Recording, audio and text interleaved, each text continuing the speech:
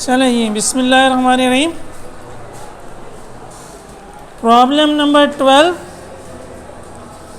जो हमने घर से करनी थी, लेकिन आप लोग बड़े मसरूफ़ हैं आजकल, तो हम यही कर रहे हैं।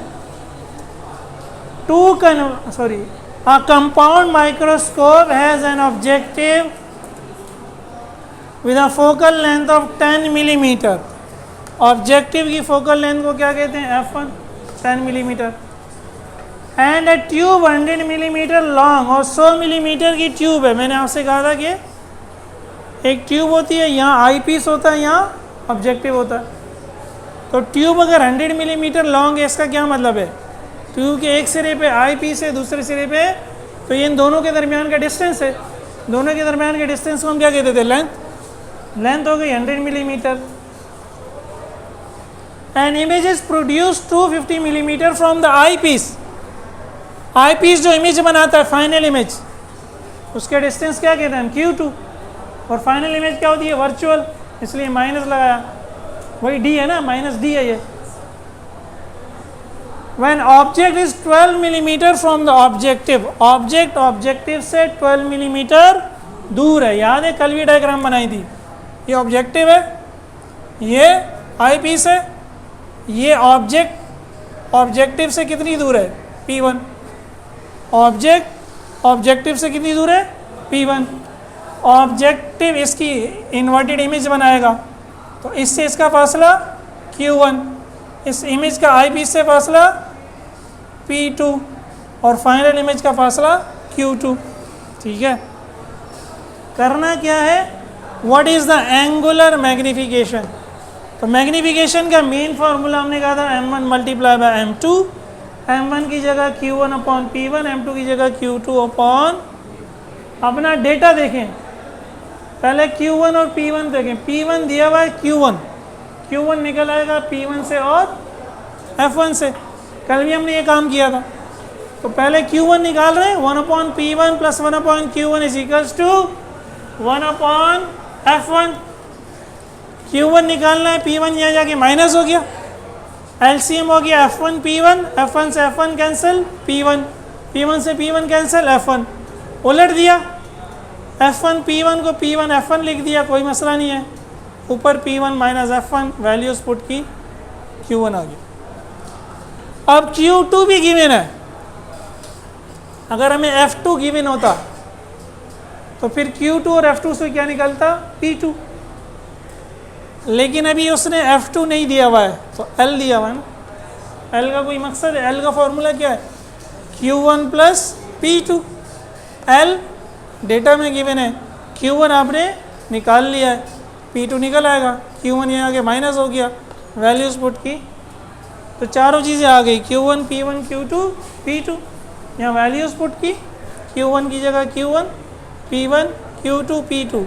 इसका आंसर 5, 6.25 मल्टीप्लाई किया 31। देखिए मैग्नीफिकेशन की फॉर्मूले में यहाँ आप माइनस अगर लगा सकते हैं, तो आंसर सिर्फ क्या होगा? माइनस में, और कोई फर्क। थिन लेंस फॉर्मूले में तो लाजमी लगाना है माइनस। Q, F और P अगर माइनस में है, तो यहाँ तो माइनस लगाना ज़रूरी है, वरना आंसर क्या हो जाएगा? गलत हो जाएगा। यहाँ माइनस ना लगाएंगे तो फ़र्क ये होगा कि फाइनल आंसर में माइनस, वैल्यू पे कोई फ़र्क। तो हमारे बुक वाले ने यही किया कि मैग्नीफिकेशन में माइनस नहीं लगाया, इसलिए हम भी यहाँ माइनस, समझ आई? जमाइया लेते रहो हैं। काश के मैं तुम लोगों की लेला होता, फिर तुम सब जाग। बिल्कुल सेम इसी तरह का एक क्वेश्चन है एग्ज़ाम में, 2008 8D वैल्यूज चेंज है। तो भाई ये सबसे इम्पॉर्टेंट टॉपिक है इस चैप्टर का, मैंने पहले भी कहा था।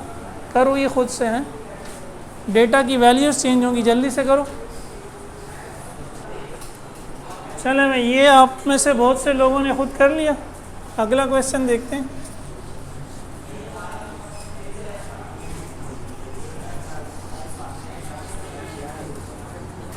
लास्ट क्वेश्चन है, और ये है 2003 pre medical.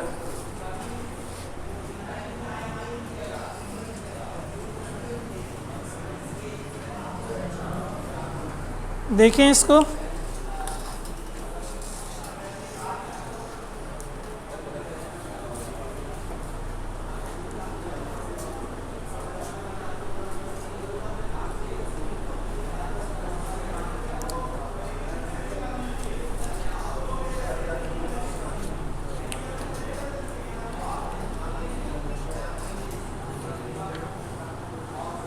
a compound microscope has an objective and an eyepiece of focal length 1 cm and 5 cm.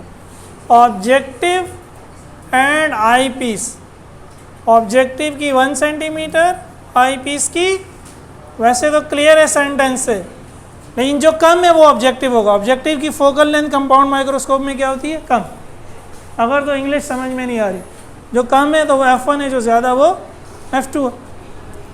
The object is located at a distance of 1.05 centimeter from the objective. Object 1.05 centimetre है objective से, ठीक है। ये क्या दिया हुआ है भाई, आप बताओ, आपका नाम क्या था? उमर। क्या दिया भाई? ऑब्जेक्ट ऑब्जेक्टिव से 1.05 सेंटीमीटर है, एल दिया हुआ। आप बताओ क्यों दिया हुआ? एल दिया हुआ है। ऑब्जेक्टिव कौन से लेंस को कहते हैं? पहले लेंस को। ऑब्जेक्ट किसको कहते हैं? उसके सामने हम जो भी चीज़ रखते हैं ना, इसमें ऑब्जेक्ट क्या है? ऑब्जेक्टिव क्या है? तो भाई P1 दिया हुआ ना यार। लेंथ तो दोनों के दरमियान का डिस्टेंस है भाई, आधा सवाल हल हो जाता है अगर डेटा बन जाए। सही है, P1। तो वो भाई मैं जो बोल रहा होता हूँ तुम लोग इधर से सुन के इधर से निकाल देते हो, थोड़ा अटेंटिव रहो। And forms an image, objective की बात हो रही है, फॉर्म्स एन इमेज, वो एक इमेज बनाता है। मैं इतनी आसान उर्दू मैं आपको बता रहा हूँ करके। 4.17 centimetre close to the eyepiece. Image eyepiece के 4.17 सेंटीमीटर क्लोज है। किसके क्लोज है? Eyepiece. तो ये क्या दे दिया, आप बताओ?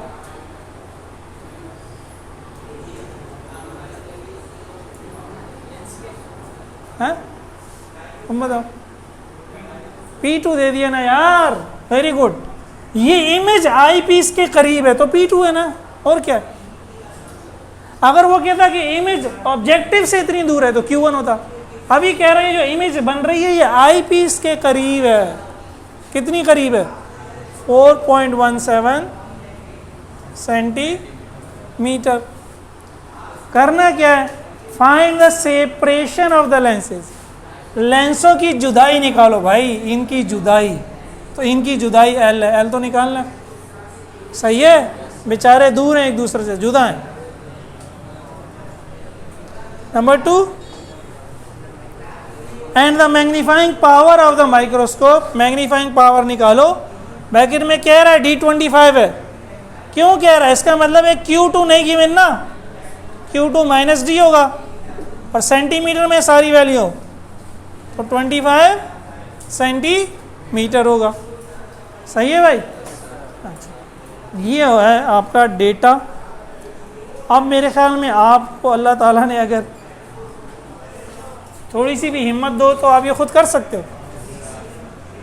लेकिन चले हम स्टार्ट लेते हैं। एम का फॉर्मूला क्या है? एल। पहले कहता है एल निकालो। अच्छा भाई, एल बराबर होगा Q1 प्लस P2। क्या दिया हुआ है? हमें P2 दिया हुआ है। Q1 का मसला है, लेकिन P1 और F1 दिया हुआ है, तो P1 और F1 से Q1 निकल आएगा। 1/P1 plus 1/Q1 is equals to 1/, यही बार बार कर रहे हैं। निकालो ज़रा Q1 इससे। तो वही फॉर्मूला लगाया हमने, मैंने एक दो स्टेप निकाल छोड़ दिए। Q1 ये आ जाएगा, वैल्यूज पुट की 21। अब लेंथ निकल आएगी। इक्वेशन 1 में वैल्यूज पुट कर दो। L is equals to Q1 plus P2। Q1 आ गया 21, P2 है 4.17, तो L आपका हो गया 25.47, 25.17। अच्छा, आगे मैग्नीफिकेशन निकालनी है,